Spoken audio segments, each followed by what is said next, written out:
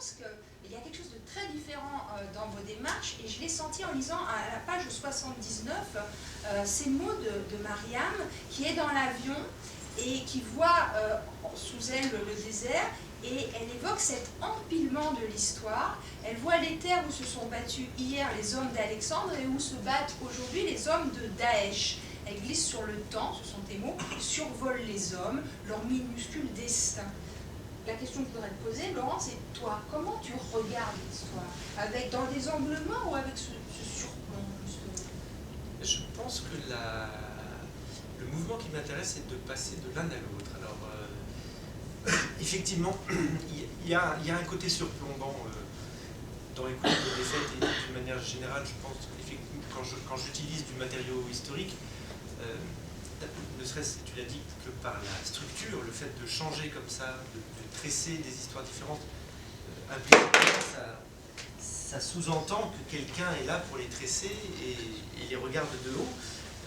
Donc ça, je l'assume, j'aime bien ce rapport-là. Effectivement, je suis celui qui agence cette histoire comme ça. Et je pense que le lecteur le sent sans même le sentir. C'est-à-dire qu'à un moment donné, on n'est pas plongé, encore une fois, c'est pas un roman historique. Voilà. C'est pas le même pacte de lecture qu'un roman historique. Dans un roman historique, on vous invite à vous dire, venez, vous allez rentrer dans ces pages-là et vous serez comme c'était à l'époque.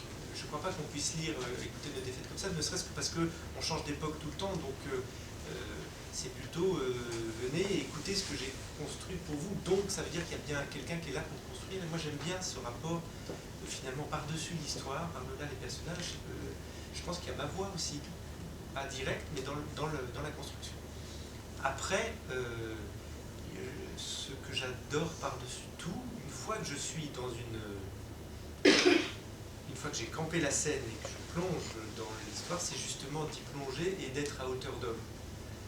C'est-à-dire que dans le tressage, on peut être surplombant, mais quand je suis dans la description de la bataille de Grant, machin, moi ce qui m'intéresse, c'est d'être juste derrière lui. Et là, je retrouve ce que tu disais à propos de Valentine, c'est-à-dire, alors à ce moment-là, il faut accepter de ne pas en savoir plus que ce que eux en savent à ce moment-là, d'essayer d'écrire la scène à travers uniquement le prisme qu'ils ont eux, leurs sensations, leur vue, pas plus, pas au-delà. On ne connaît pas les mouvements qui sont de l'autre côté de la colline, puisqu'eux ne les connaissent pas, etc. Ça, je crois que dans ces moments-là, mon écriture va volontiers se loger dans quelque chose qui du coup est plus musculaire que surplombant, parce que du coup on est dans le muscle. Dans le muscle et tu disais tout à l'heure dans les viscères. Alors moi je parlais de mélancolie, tu m'as repris parce que... Non, mais mélancolie, ça me va très bien pour écouter notre défaite. Je pense que c'est un livre plus mélancolique que les précédents. Oui, ça c'est sûr. Mais c'est un livre où souvent tu dis que la guerre, c'est pas toi qui le dis, c'est un personnage très important dont on va parler dans un instant, Job, qui dit que l'histoire pue. Tu écris au sujet de Grant, que nous dit le mythe, au départ il y a le sang et le deuil, au départ déjà, il vous faut accepter l'idée d'être amputé de ce qui vous est le plus cher, au départ déjà, la certitude qu'il n'y aura aucune victoire pleine et joyeuse, et toujours ce même personnage qui pense que 45 000 hommes, c'est lui, c'est pas Hannibal, hein, qui se vide en même temps, 45 000 corps, c'est Hannibal, 45 000 corps sectionnés, ouverts, ça pue, 45 000 corps qui mettent des jours, des semaines à se décomposer, elle est là, sa victoire, laide, comme une boucherie sans nom, c'est le plus grand massacre de l'histoire. Et j'aimerais, Laurent, parce que je ne t'ai pas dit, tu arrives, tu as aussi de la lecture, j'aimerais que tu nous lises page 183, si t'as pas envie de lire, je peux Si, mais attends, mon corps vieillissant nécessite des outils, tu sais, ce genre de choses. Là, c'est juste un petit passage, parfois il y en aura de plus long. C'est au moment où tu commets cette comparaison, faire tomber une ville est une chose laide, comme un étranglement à main nue. C'est entre les crochets, si tu veux. D'accord, j'y vais. Ça s'arrête à... Faire tomber une ville est chose laide. C'est comme un étranglement à main nue, cela prend du temps. Mais il n'y a plus d'incertitude, car l'étranglé a beau s'agiter, il ne peut plus se sauver. On voit la bouche de son ennemi s'agrandir, chercher de l'air, On voit ses yeux s'écarquiller, on sent la vie musculaire, nerveuse, qui se débat, qui veut s'échapper, se soustraire à la pression. Il sait faire cela. Alors il étrangle Atlanta, pilonne les bâtiments et les rues, coupe les axes de ravitaillement jusqu'à ce qu'Atlanta finisse par tomber. Enfin, un grand calme résonne en lui. Y a-t-il encore de la place pour la joie? Je continue. Grande sous sa tente, au pied de Petersburg, hurle-t-il de soulagement lorsqu'on lui apprend la nouvelle par télégramme? Il n'y a que le silence possible, un grand silence d'épuisement. Sherman marche parmi ses hommes, félicite avec sécheresse ses artilleurs et s'apprête à entrer dans la ville détruite. Dans quelques jours, il recevra une lettre de Grant, le seul peut-être à savoir ce qu'il a accepté de donner de lui-même à cette guerre. Cher général Sherman, votre succès est le plus important qu'un général ait été en mesure de remporter au cours de cette guerre. L'histoire reconnaîtra que votre campagne a été menée avec un talent et une habileté incomparables, pour ne pas dire inégalables. Et il pensera que ce sont de drôles de mots pour une strangulation. Mais il n'a pas besoin de lire cette lettre pour savoir qu'avec la chute d'Atlanta, Lincoln vient d'être réélu. Il n'a pas besoin de savoir que Grant fait tirer une salve de 100 coups de fusil sur les murs de Petersburg en son honneur pour entendre la joie de son camp et les prémices de la victoire. Il ne dit rien, mais c'est parce qu'il sait que tout n'est pas fini et que même, étrangement, le pire est à venir. Il va falloir traquer l'ennemi, le harceler. Quelque chose commence à partir de maintenant qui est plus proche de la victoire, mais il le sait et il est certain que Grant le sait aussi, qui sera sale, plus sale encore que ce qu'ils ont accompli jusqu'alors. Les viscères, la puanteur, la saleté, même si elle a ses codes, la guerre est barbare, et il y a cette dialectique constante dans ton livre entre barbarie et civilisation. Les grandes figures de la civilisation, ce sont celles souvent des archéologues qui jonchent ton récit. Paul-Émile Botta, le consul de Mossoul, qui trouva Khorsabad et ramena les grands taureaux qui trônent dans les salles mésopotamiennes du Louvre, Gertrude Bell, ils sont nombreux de cette acabit-là. Ils reviennent, leur nom, à une fréquence aussi régulière que le nom des grands perdants. Qu'est-ce que nous dit cet entrelacement-là, cette construction? Ils sont des héros de ton livre aussi. Oui, je pense que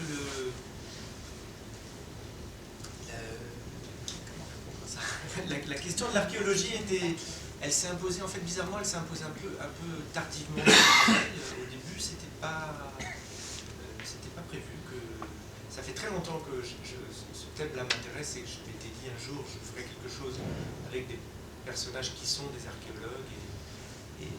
Mais au début, j'avais pas prévu que ce serait ce roman-là. Et puis ça s'est imposé et je pense que c'est parce que, effectivement, d'abord, ils offrent parce qu'ils ne sont pas au premier plan, mais ils offrent une figure d'héroïsme, au fond, que les batailles, finalement, offrent presque un peu moins, parce qu'au bout d'un moment, qui est bon, qui est mauvais, le passage qui a été lu là, on voit bien, Sherman le dit lui-même, réellement, hein, il y a des lettres de Sherman qui sont magnifiques de lucidité.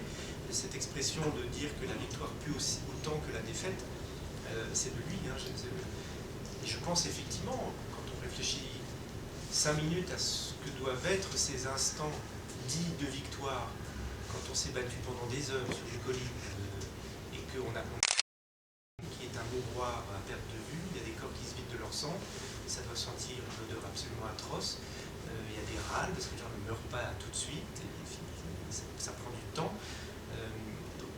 Tous ces moments-là qui durent, qui ne sont pas dans les livres d'histoire parce qu'ils sont pleins de détails, je pense que ce sont ces moments-là qui font que le victorieux prend le temps de regarder sa victoire. Je ne suis pas certain qu'il puisse avoir un sentiment plein et satisfaisant. Je suis sûr qu'il est très content d'avoir gagné et de ne pas être un de ceux qui se vident de son sang sur le champ de bataille. Mais de là à bomber le torse et à dire chouette j'ai gagné, je ne suis pas certain. Je pense qu'ils savent plus que nous, plus que quiconque, que la victoire a aussi ce visage de laideur. Et Sherman, encore une fois, l'écrit de manière très belle et très lucide. Donc, tout ça pour dire que ceux qui font les guerres, effectivement, alors il y a des figures héroïques, mais moi, mes personnages, ils sont toujours un peu teintés de cette ombre-là. Alors que les archéologues, non, parce que c'est plus voilà, il y a moins de sang. Et puis parce que moi je suis très passionné par l'énigme de ce geste au fond. On n'y réfléchit pas, on va dans les musées, moi j'adore aller dans les salles mésopotamiennes du Louvre. À chaque fois que j'y vais, je me demande, enfin, des fois c'est juste pour contempler la beauté des objets qui nous ont été ramenés, mais au fond, à certains moments, ces questions-là, pourquoi est-ce qu'on fait ça au fond? Pourquoi est-ce qu'on prend autant soin du passé? Je veux dire, nos vies sont courtes, chacun est dans une course, une bataille, soit face à la nécessité, soit face à sa propre ambition au sens du terme, de pouvoir construire quelque chose. Il y a des gens qui consacrent leur vie à creuser la terre pour retrouver les traces de civilisations passées, englouties, et nous les reproposer. Alors, on nous vient, je trouve ça merveilleux et j'en profite pleinement, mais c'est quand même un drôle de geste, quoi. Et quand en plus on le prend avec le contraste, quand il s'agit par exemple de pays en guerre, le contraste est encore plus saisissant, c'est-à-dire qu'à la surface on s'étripe, on se tue, il y a des bombardements, des villes qui tombent, des pays en flammes, et il y a des gens qui, dans ces moments-là, ça a été vrai à toutes les époques, continuent, vaille que vaille, coûte que coûte, à creuser, à ramasser 3 statues, à les extirper de la zone de guerre, etc., qui me sont revenus en esprit. Les Américains n'ont pas su que faire de la dépouille de Ben Laden, enfin n'ont pas su. Une fois mort, le corps pose problème, comme pour certains terroristes et assassins qu'on a tués, et on n'a pas envie de les enterrer ou dans le lieu où ils ont commis leur crime. On a peur que, où qu'ils soient enterrés, ça devienne un lieu de culte pour ceux qui les vénèrent. Donc en fait, ces dépouilles brûlent les doigts du vainqueur. Donc les États-Unis ont décidé de mettre le corps de Ben Laden à l'eau, ce qui est une manière effectivement de dissoudre. Même chose avec Kadhafi, puisque Kadhafi est probablement quelque part sous une dune du désert du sud Libye. Donc c'est la même chose que la mer en fait, version sable. Et ça, je trouve ça très très intéressant. Cette question qui nous est posée d'un corps qui, même après la mort, reste tellement politique qu'en fait la mort ne suffit pas, il faut s'en débarrasser plus loin. Et du coup, je m'étais dit, tiens, mon personnage de militaire cinglé américain, qui est un de ceux, parce qu'il y a des gens dans la réalité qui ont fait ça, hein, qui ont veillé du coup sur le corps jusqu'à ce qu'il soit sur ce fameux porte-avions américain, et qui ont assisté à la cérémonie, et qui ont même levé la planche pour que le corps de Ben Laden... Alors je me suis imaginé que mon personnage, c'était un de ceux-là, il avait été sur ce porte-avions. Et si, au lieu de faire tout ce qu'on lui avait dit, il avait pris un nonos, pourquoi pas après tout? Ça m'a fait rire. Je suis absolument persuadé que si ça avait lieu, ça vaudrait très cher aux enchères des nébuleuses terroristes, que ce soit Boko Haram et toutes ces groupuscules atroces, parce que tout d'un coup, on a un morceau du chef sacré, et donc c'est toujours pareil, c'est comme avec Alexandre le Grand, celui qui possède le corps est le successeur. Donc je suis persuadé que si jamais ça arrivait dans la vie d'aujourd'hui avec des personnages strictement contemporains, il y aurait ce même enjeu de voilà, s'intéresser à la relique. Alors, voilà, cette histoire de relique, de tibia qui aurait pu appartenir à Ben Laden me fait sourire. Non, mais moi aussi. Il y a quelque chose, mais il y a aussi, c'est un rire de malaise quand même, il y a quelque chose d'un brin absurde, effrayant là-dedans, et l'absurde est très très très présent dans ton livre. Souvent les personnages se disent une bataille pour rien, cette mort de corps à corps n'ont servi à rien, à quoi ça sert d'obéir, ça revient de façon litanique, ces questions sur le rien, ça sert à rien, tout ça est absurde, notre condition humaine est absurde. Et il y a un passage qui m'a beaucoup marqué parce que je crois qu'il renvoie à une expérience personnelle. J'avais lu un entretien de toi accordé à l'humanité où tu disais ce sentiment d'absurdité qui t'a fait frapper quand tu prenais l'avion et que tu passais d'un monde de paix d'un seul coup à un monde où il pouvait, d'un monde où il y avait la guerre à un monde de paix, et qu'à 2 heures d'avion, dans le monde en paix, on oubliait complètement que, pas très loin, un peu de temps de là, il y avait quelque chose d'absolument innommable qui était en train de se jouer. Page 175, tu confies à ton personnage cette réflexion sur l'absurdité justement des 2 mondes.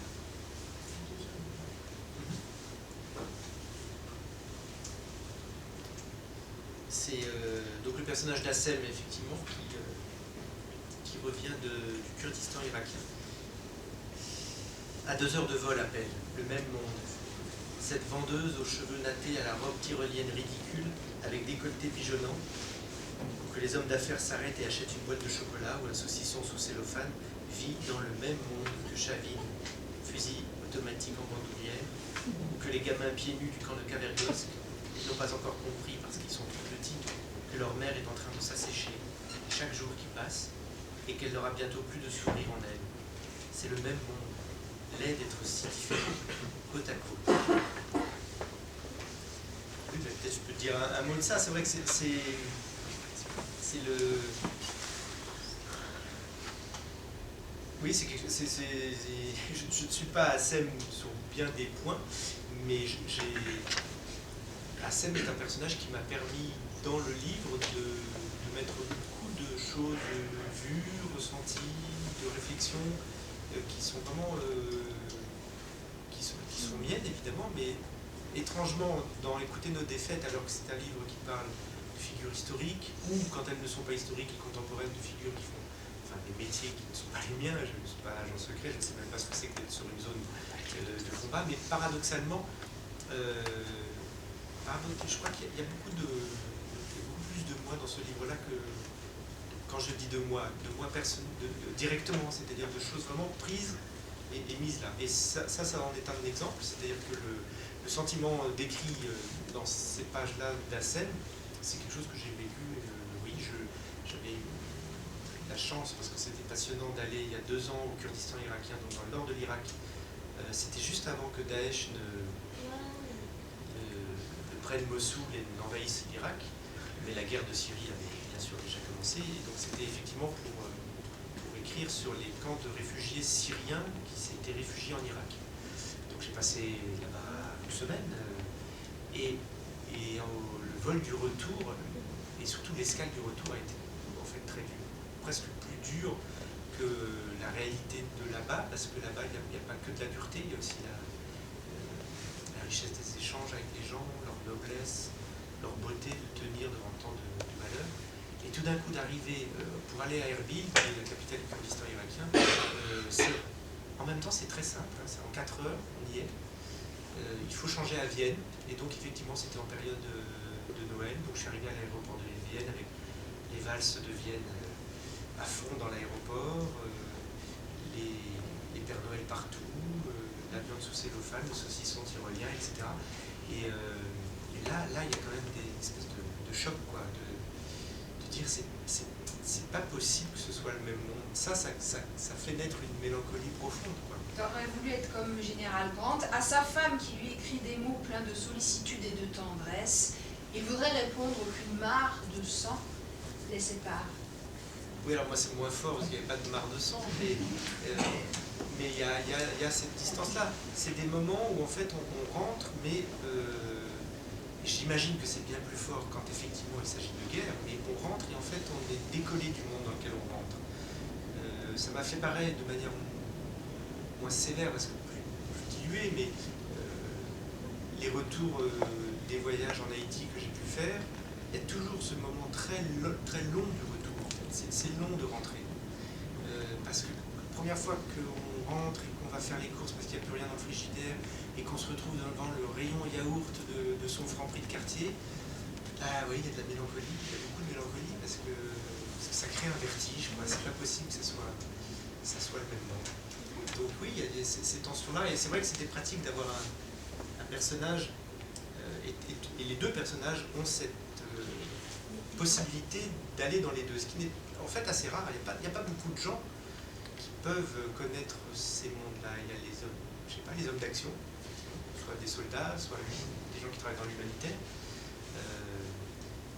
les journalistes, parfois quelques écrivains, mais c'est vrai qu'au fond, on ne peut pas non plus décider du jour au lendemain d'aller à Bagdad. Donc en fait, pour l'immense majorité des gens, ces mondes-là sont imperméables, ne se connaîtront pas. Alors heureusement, il y a des passerelles, il y a des gens qui parviennent à aller venir, et les passerelles sont très importantes, mais oui, je crois que c'est costaud. Alors, Hassem te ressemble, ou tu ressembles à Hassem, et comme toi, Hassem a rencontré Mahmoud Darwish, le grand poète palestinien. Je suppose que c'était ton ami. Non, je n'ai pas la chance de l'avoir. Je l'ai pas rencontré.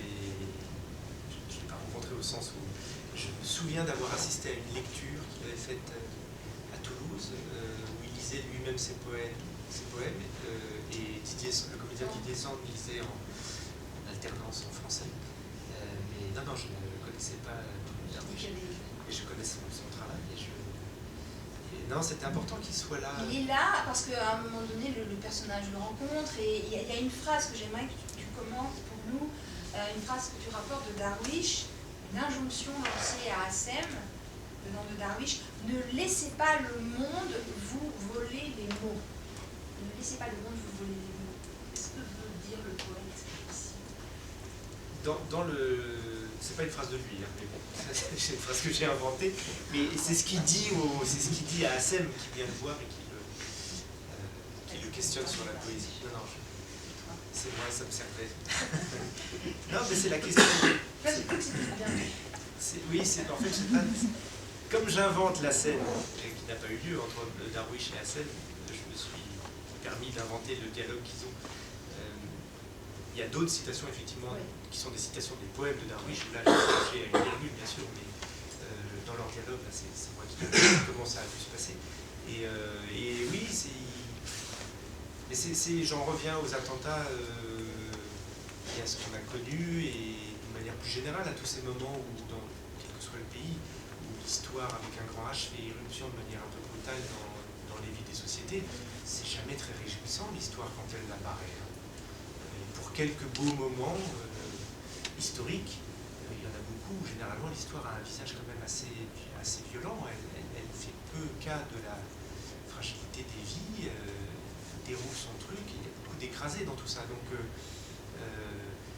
effectivement, je pense que c'est ce qu'on a ressenti en vivant cette période tendue, douloureuse là, ces 2 dernières années en France, c'est que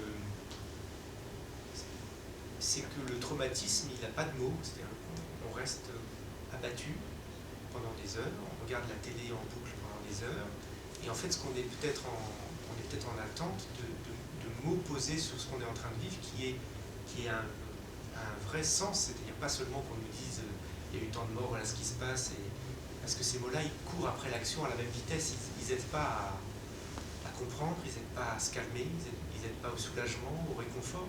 Je pense qu'il n'y a que les mots, et je ne me fais pas du tout là-dedans, je pense qu'il n'y a que les mots des poètes qui permettent ça.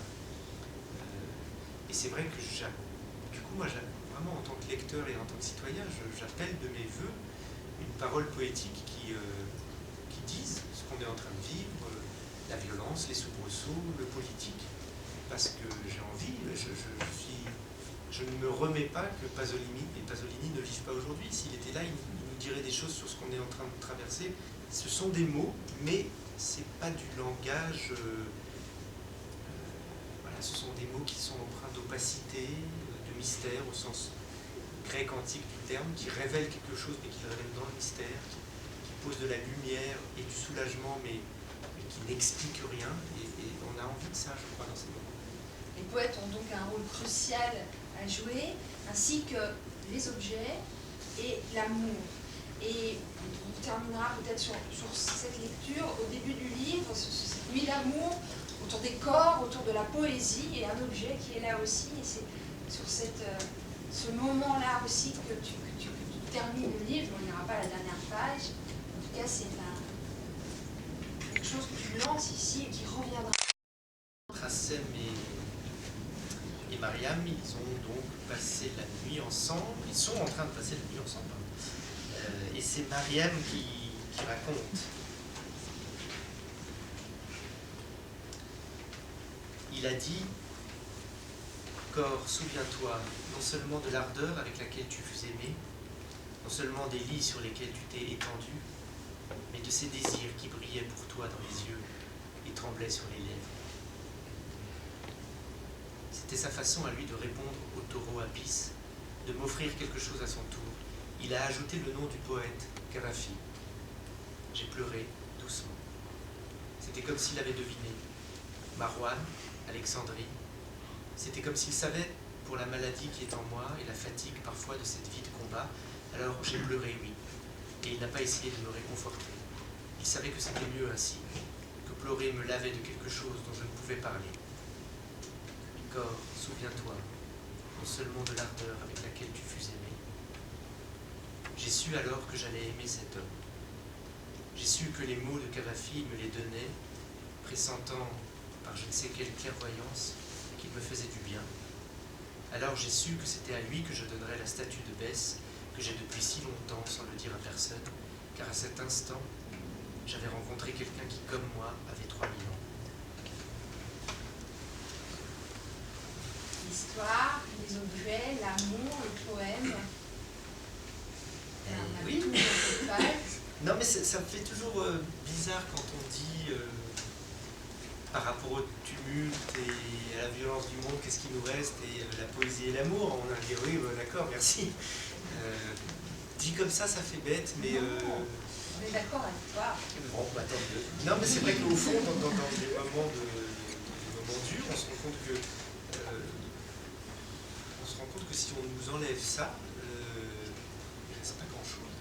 Et il y a cette idée-là, d'abord, que peut-être pour chacun d'entre nous, c'est pas ce à quoi on consacre 90% de nos vies, parce qu'on sait bien que malheureusement la vie est faite de beaucoup d'autres choses qui n'ont pas grand-chose à voir avec l'amour et la poésie, mais c'est pas un rapport de temps passé à, c'est un rapport d'intensité, c'est ces moments-là, enfin, je veux dire, si on enlève la séduction,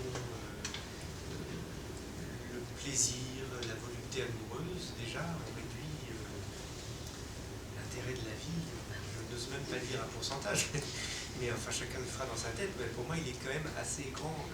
Si vous ajoutez à ça la poésie, aller voir une pièce de théâtre et puis aussi boire un verre à la terrasse des cafés, bah il reste quoi? Il reste se lever, travailler, produire et mourir. Bon. Donc peut-être qu'on n'y consacre pas la majeure partie de nos vies, mais on sait quand même que c'est ça qui vaut le coup, quoi. Et en plus on se rend compte que ceux qui surgissent parfois, comme en ce moment dans l'histoire des civilisations, et qui sont nos ennemis depuis toujours, c'est-à-dire ceux qui ont le visage de l'obscurantisme, de l'ignorance revendiquée, de la violence, de la brutalité, c'est ça qu'ils détestent. Donc en plus, ça donne envie de le revendiquer, c'est-à-dire la volupté, le rapport homme-femme libre, consentant, mais libre, totalement libre de ce qu'il veut faire, de ce qu'il peut faire. Les livres, c'est quand même ces premières choses qui sont toujours systématiquement menacées et brûlées. Donc, encore d'autant plus les brandir en étendard, puisque c'est ce que nous aimons. Alors Laurent, je crois qu'ici tu as de nombreuses personnes qui souhaitent te poser des questions. Maintenant, il faut encore travailler un peu. Donc n'hésitez